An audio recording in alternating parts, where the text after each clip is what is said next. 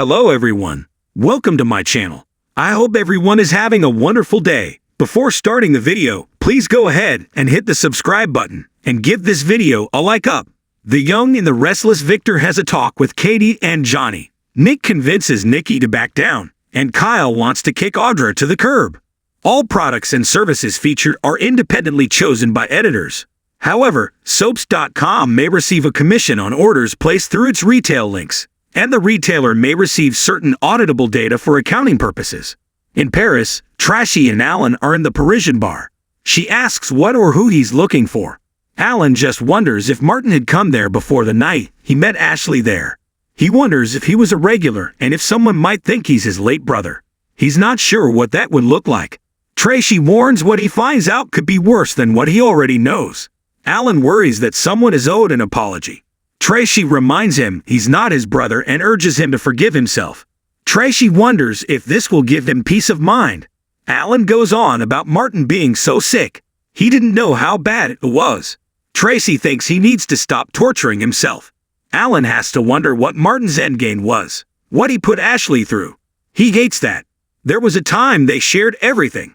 Tracy can't imagine what he's going through, but is happy to listen. It's the least she can do after all he's done for Ashley. Alan gushes about how deeply kind Tracy is, and tells her he's not sure he can forgive himself or Martin. Tracy says Martin's mental illness was not Alan's fault. You can't go back and change history. All you can do is change how you feel about it now. They go over him witnessing his brother's death.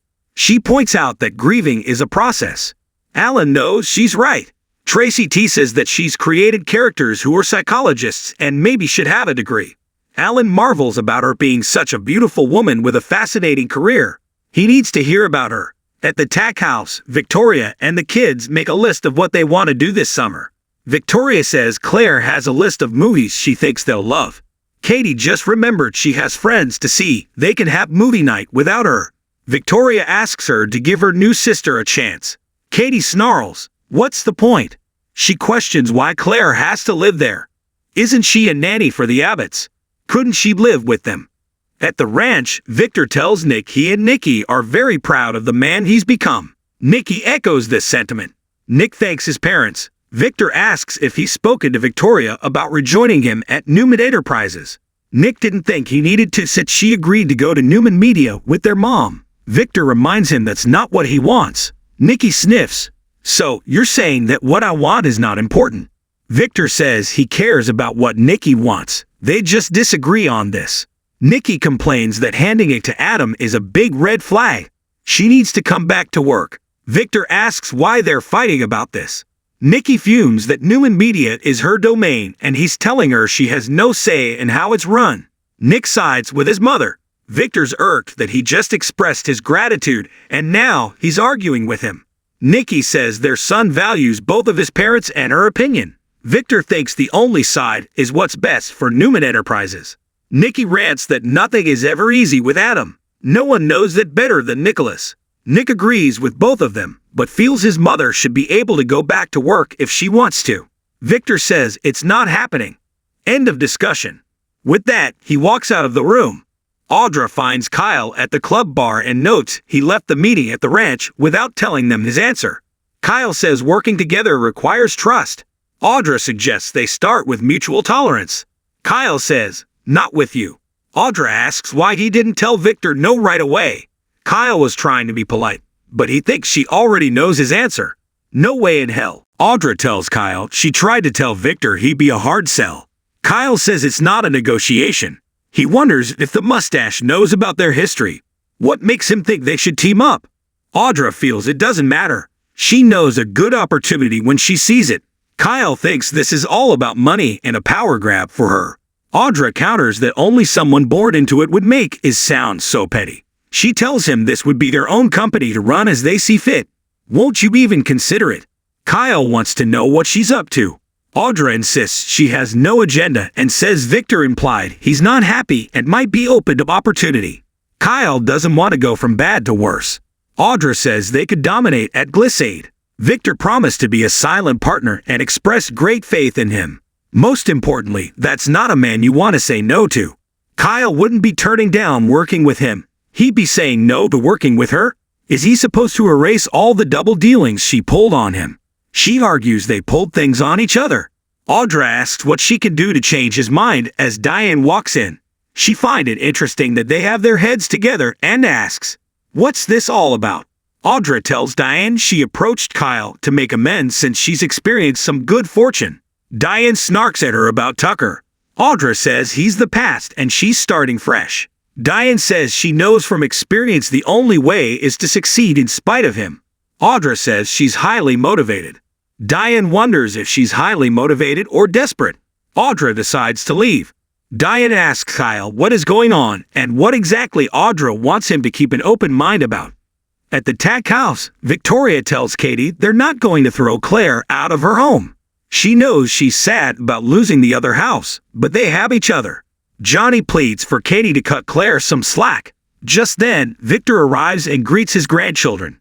Katie tells him she misses her home. Victor reminds her the ranch once burned down as well, but they built a new life. They sit, and Victor asks them how it feels to have a new sister.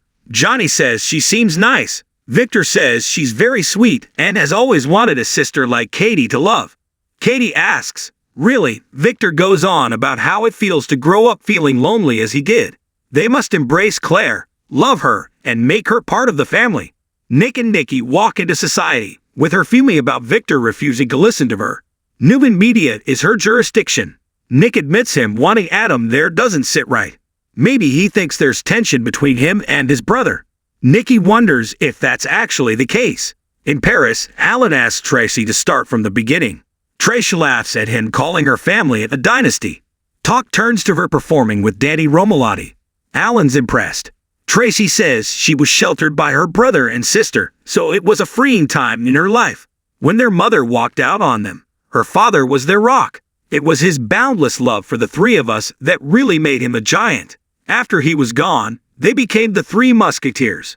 Now, she's worried she let Ashley down since she experienced childhood trauma. It's haunted her for her entire life, and now it's haunting her. Alan supposes neither one of them is good at taking a night off of ruminating about their siblings. Tracy's sorry she brought the mood down. She has been worried. Alan cannot be sure that the alters emerged during Ashley's childhood, though the vast majority of cases of DID come from ongoing trauma. They decide they need to stop torturing themselves and believe it will get better. They joke about being a support group and start sharing some laughs. They agree they'll get through this. Alan tells Tracy that Ashley's lucky to have a sister like her.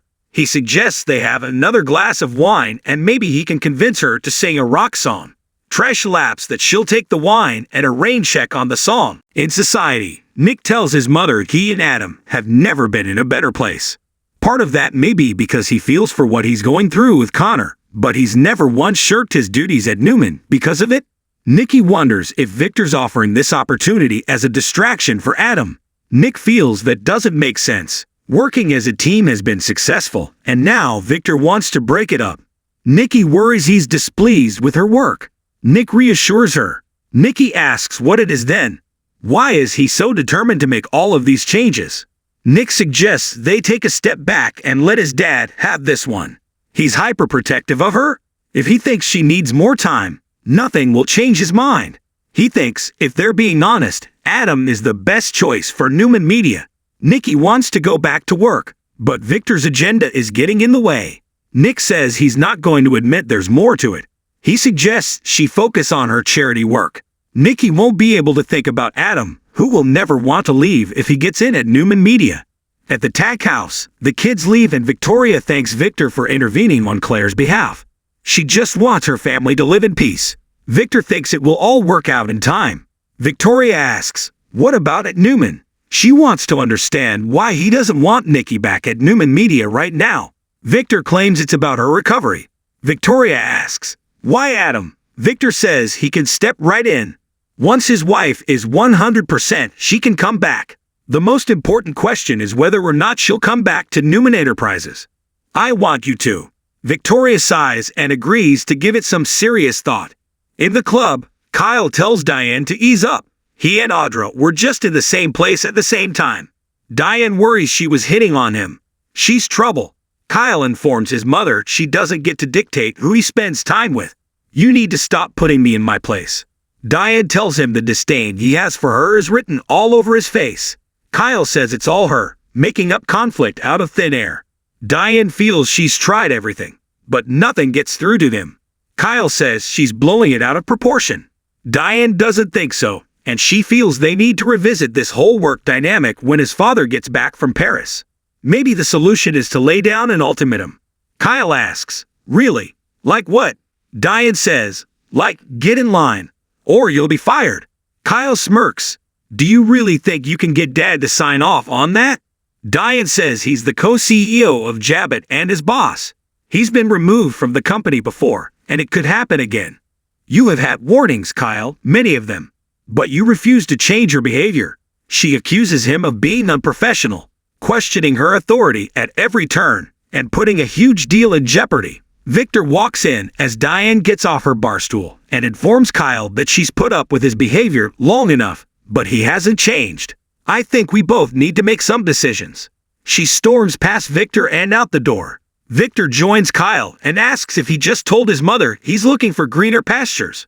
Kyle says his mother doesn't know about his offer. Victor hopes he's still considering it because it would be a shame to see his talents go to waste. Kyle agrees. "Maybe it is time for me to think about a change." Back at Ashley's apartment in Paris, Tracy and Alan arrive, still chatting away as she tells a story. She thanks him for seeing her home. Alan says it gave him more time to try and convince her to sing for him. She laughs. "Stop." Alan tells her how much it means to him that she decided to stay in Paris. They say goodnight. Once alone, Tracy smiles to herself. At Society, Nick reiterates that Nikki should focus on her charities. It's the best thing for her. Let Dad move the chess piece around. Nikki sighs. They both know he won't rest until he gets his way. She'll go along with it, for now, while they wait to see what pieces topple next. At the club bar, Victor toasts to Kyle being ready for a change. He has the kind of expertise Audra needs to turn Glissade into a powerhouse. Kyle hasn't said yes yet, and questions Audra's loyalty. Victor muses. "So, you don't trust her?" Kyle says she's a professional backstabber. He knows this is an important investment for him. He'll agree to come on as Glissade's CEO, but only as a sole CEO. "What do you need Audra for when you have me?" Next on The Young and the Restless, Sharon reminisces about her past, Devin and Billy vie for control, and Nick looks out for Phyllis.